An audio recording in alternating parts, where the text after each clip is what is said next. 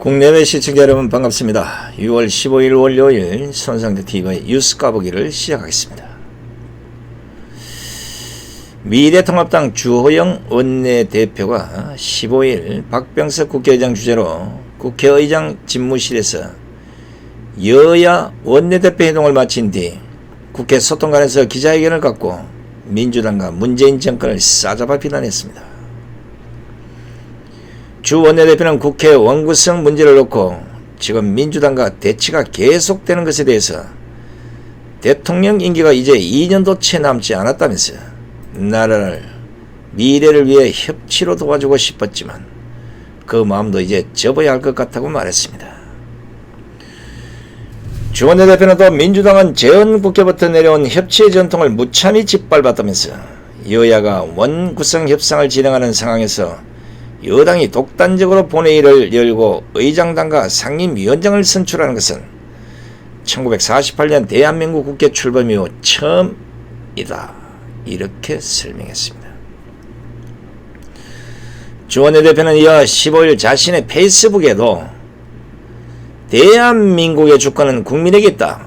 국민들은 더불어민주당과 문재인 대통령에게 잠시 주권을 위임했을 뿐 내일이라도 그 위임을 철회할 수 있다고 비판을 가했습니다.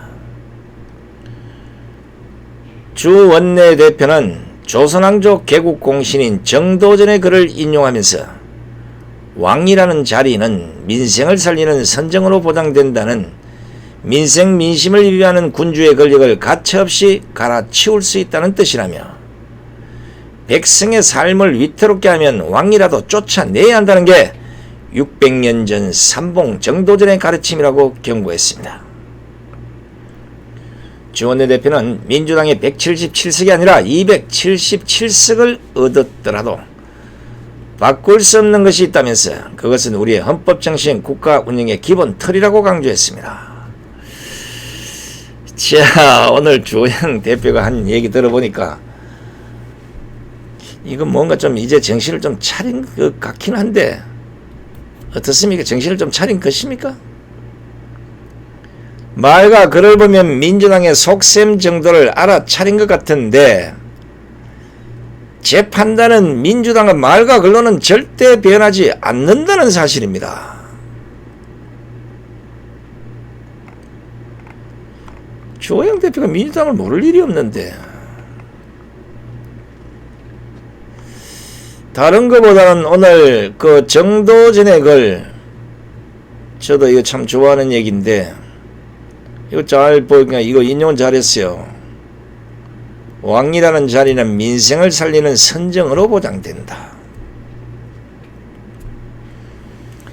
백성의 삶을 위태롭게 하는 왕이라도 쫓아내야 한다. 이게 600년 전 삼봉 정도전의 가르침. 이거 지금 주호영 원내대표가 한번 해보겠다는 겁니까? 약한데. 주호영 원내대표 진짜 잘합니다. 그러지 이제 또 원내대표가 됐지. 울짐 깡다고 한번 부려요 그냥. 민주당 김태년 원내대표가 이제 민주당에 부여한 다수당의 권한과 책무를 다할 때다.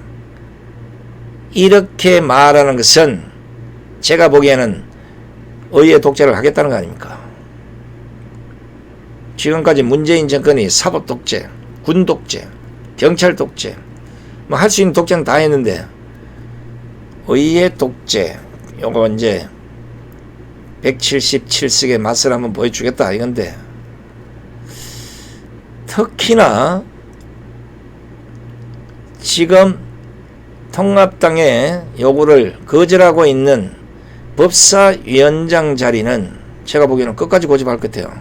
왜냐하면 공수처하고 이 정권 실사들이 또 줄줄이 엮여있는 이 각종 게이트들 그리고 5.18 특별법 개정안 등 법사위에서 브레이크가 걸릴 확률이 높은 이런 것들 바로 이걸 다루는 상임이라는 점에서 민주당이 고분고분 내놓을 것 같지는 않습니다. 그래서 우리가 항상 말했던 초질간 야당은 야당다워야 한다는 말 이건 협치를 하지 말라는 것이 아니라 민주당은 협치 대상이 아니라는 것입니다. 왜냐하면 민주당의 협치에는 진정성이 없고 뻔뻔하고 수틀리면 자신들 생각대로 밀어붙인다는 것입니다. 멀리 갈 것도 없어요. 패스트트랙과 공수처 연동형 비례대표제 어떻게 했습니까? 4+1의 야합으로 마치 민주당 기생정당들에게 뭔가는 큰 혜택을 줄 것처럼 호들갑을 떨었지만 결국에 모두 뒤통수를 맞고 말았습니다.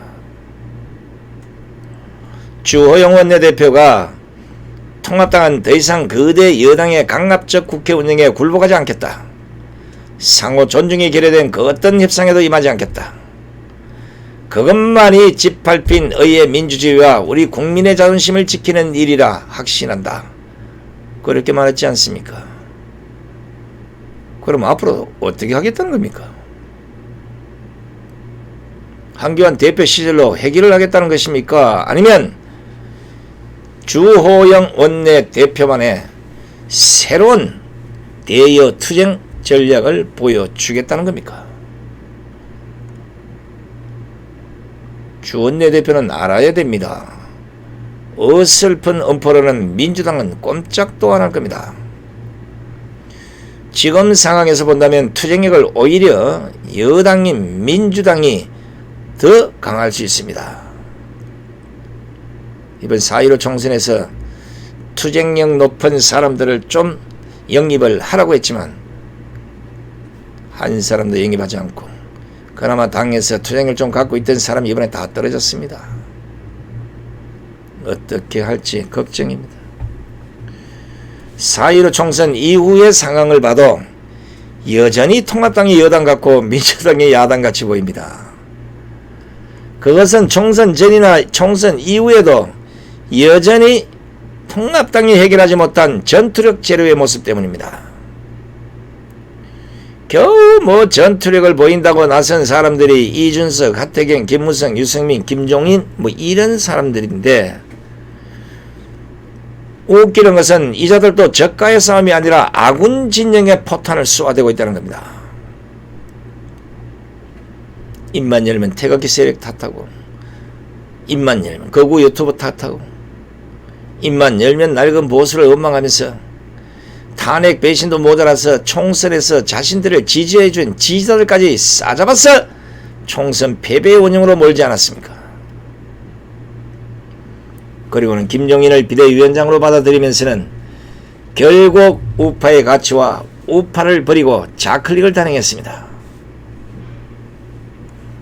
그런데 총선 후 2달이 되었지만 통합당이 어떤 모습을 하고 있습니까? 제가 보는 통합당은 우파당도 좌파당도 아닌 색깔조차 불분명한 정당이 되어 있습니다. 우리가 지난 5월 28일 청와대에서 문재인과 여야 원내대표 오찬회동을 열고 협치에 제도화라는 이런 얘기가 나왔을 때 뭐야 이거? 이런 의문을 제기한 이유가 뭐겠습니까? 통합당이 그렇게 얌전하게 나가다가는 결국 뒤통수 맞을 것이라는 우려 때문이었습니다. 아니 문재인과 민주당을 통합당이 아직도 그렇게 모릅니까? 지난 3년 동안 협치를 하지 않았던 정부 여당이 이번 총선에서 저그들의 작전 실패로 너무 큰 의석을 차지하다 보니까 어리둥절해지지 않겠습니까? 부정선거도 어느 정도로 해야 되는데 너무 세게 이어서 자기들도 오해했던 겁니다.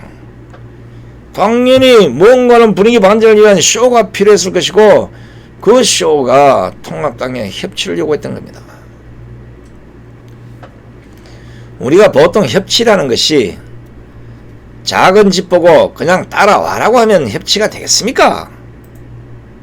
그래도 큰 집이 다소 양보를 하고 다른 쪽에서 국가 정책이나 국민들 위한 이런 정책에 도움을 요청하는 배려가 있어야 하는데 4+1의 야합에서도 보았듯이 매사가 꼼수뿐입니다. 저는 주호영 원내대표가 경선에 나설 때 그 인터뷰에서 한 말을 기억하고 있습니다. 강경 노선의 대여 투쟁 전략도 바꿔야 한다.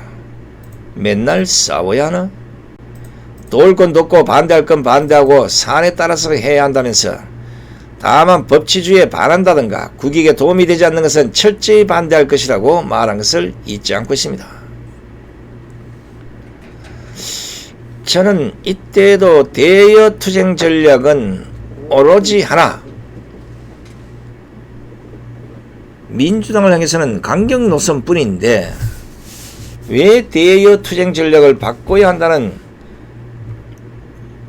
주대표의 일성, 저는 그걸 들으면서 저러면 안 되는데 이런 생각을 한 바 있습니다.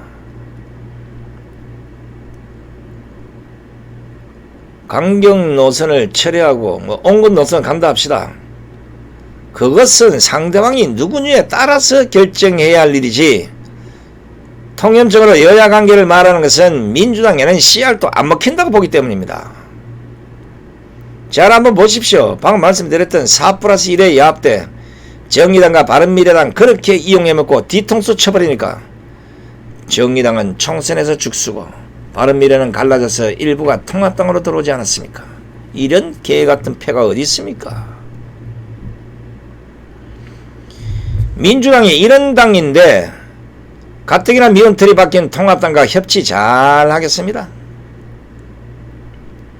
지금은 통합당에 별반 터집을 잡을 큰일이 없으니까 그렇지, 만약 또다시 막말 비싼 거 하나라도 터지면 민주당에서 통합당 잘근잘근 씹어댈 것입니다. 민주당 하면 뭐가 생각이 납니까? 분위기 반전시키기, 뒤통수 치기, 내로남불, 뻔뻔한 같은 이 좌파 특유의 4종 세트로 콘크리트처럼 단단하게 굳어있는 정당인데 협치 같은 소리 하고 있네요. 협치는 절대 안 통할 겁니다. 그나마 주호영 원내대표가 조금 늦은 감은 있지만 이제라도 민주당을 제대로 보고 대응하겠다는 것이니까 어떤 이유를 불문하고 통합당이 살아날 길은 투쟁밖에 없습니다. 지금이라도 빨리 투쟁 전략을 짜서 대여 투쟁에 강경 노선을 걸어야 한다고 봅니다. 안 그러면 민주당 생각대로 밀어붙일 겁니다. 그때 가서 올리 거려니 삿대질하다가 고발당하고 붙잡혀가 조사받고 해봐야 다 버스 지나간 데 아니겠습니까? 패스트트랙 생각한답니까? 주호영 원내대표가 누구보다도 민주당을 잘 알 것 아닙니까? 5선의 간록을 가진 원내대표이니까 민주당 밥숟가락까지도 다 알고 있다고 본다면 말로는 안 된다는 것 본인도 알고 있을 겁니다. 저는 주 원내대표가 바른정당 대표 권한대행 겸 원내대표를 할 때인 그때 2017년 10월 10일 국회에서 열렸던 국감대책회의에서 한 말이 가장 민주당을 정확하게 평가하는 정답이었다고 저는 기억하고 있습니다. 그때 한 말 주 원내대표 기억에 없을 것이기에 제가 직접 들려드립니다. 국정 운영 주체인 청와대와 여당은 앞에서는 협치를 외치고 뒤에서는 적폐청산의 희란이 된 야누스적 국정 운영을 하고 있다. 뭐 이게 정답 아닙니까? 이게 불과 2년 4개월여 전인 일입니다. 그러니까 바로 주호영 원내대표는 이 말을 잘 상기하시고 민주당과 대응하고 싸워야지, 그렇지 않고 말로만 싸우다가는 패잔병이 될 수도 있습니다. 주 원내대표가 오늘 청와대와 민주당을 향해서 다수의 힘으로 야당을 밀어붙이고 가는 것이 쉬워 보이겠지만 결국 성자의 저주, 권력의 저주에서 헤어나지 못할 것이다. 집권 세력은 폭주 열자처럼 내달리다가 스스로 무너지고 말 것이라 이런 경고를 했는데 제가 보는 집권 여당은 무너져도 끝까지 폭주 열차처럼 달릴 것입니다. 그러니까 주호영 원내대표는 머릿속에 야, 도저히 안 되겠다. 이 열차에서 통합당이 뛰어내리든지 아니면 운전하는 그 운전사를 바꾸든지 양당 간 태기를 해야 할 것입니다. 어슬프게 끌려가다가는 모두 죽습니다. 저는 별로 좋아하지는 않지만 진중근의 문재인 정권과 민주당 진단도 잘 살펴보면 뭔가는 건질 게 있다고 봅니다. 진중근은 요즘 민주당과 주변 세력을 새로운 적폐로 규정을 하고 문재인을 향해서도 뚜렷한 철학이 없는 의전 대통령이라며 비판하지 않았습니까? 그랬더니 온 참모들이 막 공격을 합니다. 진중근을. 그래도 진중근이 뭐랍니까? 대한민국 서열, 한반도 서열은 문재인보다는 북한의 옥류관 주방장이 한 수위다. 고미치 문제이다. 얼마나 쪽팔린 일입니까? 솔직히 조국 사태를 비롯해서 지금 문제가 된 모든 비리는 민주당에서 나오지 않았습니까? 그런데 통합당은 건진 게 하나도 없지 않습니까? 만약에 상황이 반대가 됐다면 통합당에서 이런 게이트들이 한 개만 나왔어도 민주당은 정권을 빼앗고도 남았을 것입니다. 그러니까 정권이 날아갈 만한 굵직굵직한 사건들을 하나도 제대로 요리 못하고 반대로 초기 방역을 마다하고 우한폐렴 수익과 긴급재난지원금을 통한 금품 살포 선거에 휘말려서 결국 통합당은 총선까지 망치지 않았습니까? 진중근은 말합니다. 옛날에는 이 정도가 되면 창피한 줄 알았다. 그런데 이들은 창피한 줄을 모른다. 당당하다. 아직도 투사이며 전사이고 순결하다. 나라를 과거로 돌려놓고 있다. 이런 사람들이 어떻게 개혁 세력인가? 정부 여당에 대해서 더 이상 무슨 평가가 필요하겠습니까? 주호영 원내대표는 바로 이런 평가 위에 민주당을 상대하는 새로운 전략을 짜야 할 것입니다. 그리고 그 전략의 첫 번째가 바로 투쟁력임을 잊지 말아야 합니다. 투쟁력 없는 통합당은 절대 민주당을 이길 수 없기 때문입니다. 지금이라도 당내 전사를 앞세우시고 투쟁력 높은 통합당의 모습을 보여주는 것만이 집권 여당의 무소불위의 브레이크를 밟는 것이고 그들이 잘못된 대한민국 운영에 종지부를 찍을 수도 있다는 것 꼭 명심하시기 바랍니다. 끝까지 시청해 주신 여러분 대단히 고맙습니다. 저는 내일 오전 11시 오전 방송에 여러분 다시 뵙겠습니다. 안녕히 계십시오.